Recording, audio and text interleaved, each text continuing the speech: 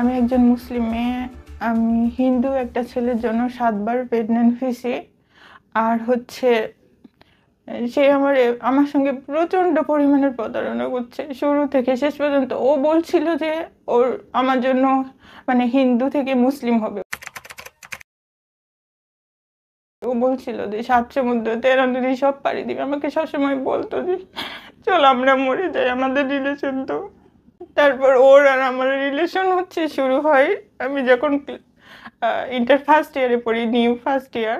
Living relation কিনা আমি বলতে পারি না। ও বলছিল যে আমি তো বিয়ে করতে চাই, আমি তো বিয়ে করার জন্য এক পায়ে খাড়া, কিন্তু আমাদের যেহেতু হিন্দু মুসলিম সমস্যাটা বাসার থেকে কেউ মানবে না, আমার বাসার থেকে কেউ মানবে না, তো আমরা একসঙ্গে থাকি। যখন আমরা কোনো সুযোগ পাবো, সুযোগ পাইলে আমি মুসলিম হয়ে যাবে, একটু সময় দাও।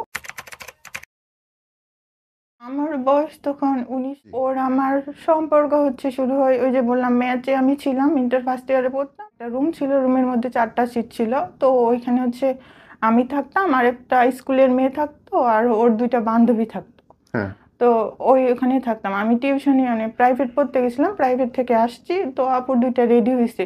বলছে তুই তো রেডি হয়ে আছি, পাশে ঝালমুড়ি, আমাদের পাশে ঝালমুড়ি পাওয়া যায়, চলো ঝালমুড়ি খেতে যাই, এরকম করে বলছিল। পরে আমি আচ্ছা রেডি হয়ে যখন আছি তাহলে যাই। তখন ওদের সঙ্গে আমি ওখানে গেছি, ঝালমুড়ি খাচ্ছি, তখন সে আসছিল। সে তার আর একটা ফ্রেন্ড আসছিল, আসে আমাদের ঝালমুড়ি খাওয়াইছে। এবং ঝালমুড়ি খাওয়ায় আসার পরে দেখছি ঝালমুড়ি খাই সবারে লুজ মোশন হয়ে গেছে, অনেক খারাপ অবস্থা। তখন আমি আপুরে বলছি, আপু আপনার কেমন ফ্রেন্ড ঝালমুড়ি মনে হয় মন কষ্ট করে খাওয়াইছিল, এই জন্য যে সবারই লুজ মোশন হয়ে গেছে।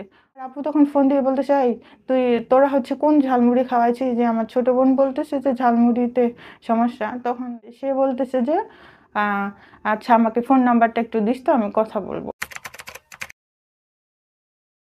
এই ফোন নাম্বার নিয়ে কথা বলায় একদিনে ফোন দিত, ফোন দিয়ে কথা হইতো। কথা বলতে বলতে ওর এক পর্যায়ে ওর ভালো লেগে যায়, আমার ভালো লাগে না। আমি তো জানি যে সে হিন্দু, তার সঙ্গে কখনো আমাদের রিলেশন সম্ভব না। বা আমি তো ছোট ছিলাম, বুঝতাম না আসলে রিলেশনটা কি। ফোন দিত, ফোন দিয়ে জিজ্ঞাসা করতো ভালো মন্দ, এটাই জিজ্ঞাসা করতে করতে একদিন আমার হঠাৎ করে সিমের কি জানি প্রবলেম হয়, সিম বন্ধ হয়ে যায়। সিম বন্ধ হয়ে যাওয়ার পরে সে আমার ম্যাচে যে আপুগুলা ছিল সবাইরে চিনতো, সবাইরে ফোন দিয়ে বলতো যে ও কোথায়, ওর ফোনটা কি হয়েছে। এবং ভোরে ম্যাচের সামনেই চলে আসে বলে যে তোমার ফোন কেন বন্ধ, তোমাকে তো আমি পাগলের মতো খুঁজতেছি। আমি তখন বলছি যে আপনি আমাকে পাগলের মতো খুঁজতে যাবেন কেন, আপনার সঙ্গে কি আমার কোনো সম্পর্ক আছে, এরকম করে। তখন পরে বলছি না, তো তোমার হঠাৎ করে ফোন বন্ধ, আমার অনেক বেশি টেনশন হচ্ছিল। পরে আমি আমি তখন বুঝতে পারি, আমি তো ছোট মানুষ, আমি তখন বললি যে সেটা আমি মজা নিচ্ছি। বিষয়টা আমার একটা বান্ধবীকে বলি, ও ফোন দিয়ে বলেছে আপনার দেখেন, আমি ওকে বলি যে দেখেন আপনার সঙ্গে আমার কোনো সম্পর্ক নাই, কারণ আমি অন্য ছেলেকে পছন্দ করি। আমি এটা এমনি বলছিলাম, অন্য ছেলেকে পছন্দ করি। সে কান্নাকাটি করে, সে একখানে চাকরিতে গেছিল ঢাকায়, কোথায় জানি একটা পাহাড়ি এলাকা আছে, ওই দিক চাকরিতে গেছিল। পরে আমি এই কথাটা বলা থেকে সে চাকরি ছেড়ে চলে আসে। এরকম করে চলতেই থাকে, এরকম করে চলতে চলতে সে এত বেশি ইমোশন, এত বেশি ভালোবাসা দেখে আমার মনে হচ্ছে যে পৃথিবীতে ওই একটা মানুষ ছাড়া আমাকে জীবনে কেউ সুখী রাখতে পারবে না, ভালোবাসতে পারবে না। এমন ভালোবাসা দেখাই আমার মনে হচ্ছে আমি স্বর্গে বাস করতে চাই। মানুষ এত ভালো হয় কেমনে? আমি একটা ফোন দিলে ও 10টা ফোন দেয়। ও যদি বাসার থেকে কেউ ফোন দেয় 24 ঘন্টা কন্টিনিউ আমার সঙ্গে কথা বলে।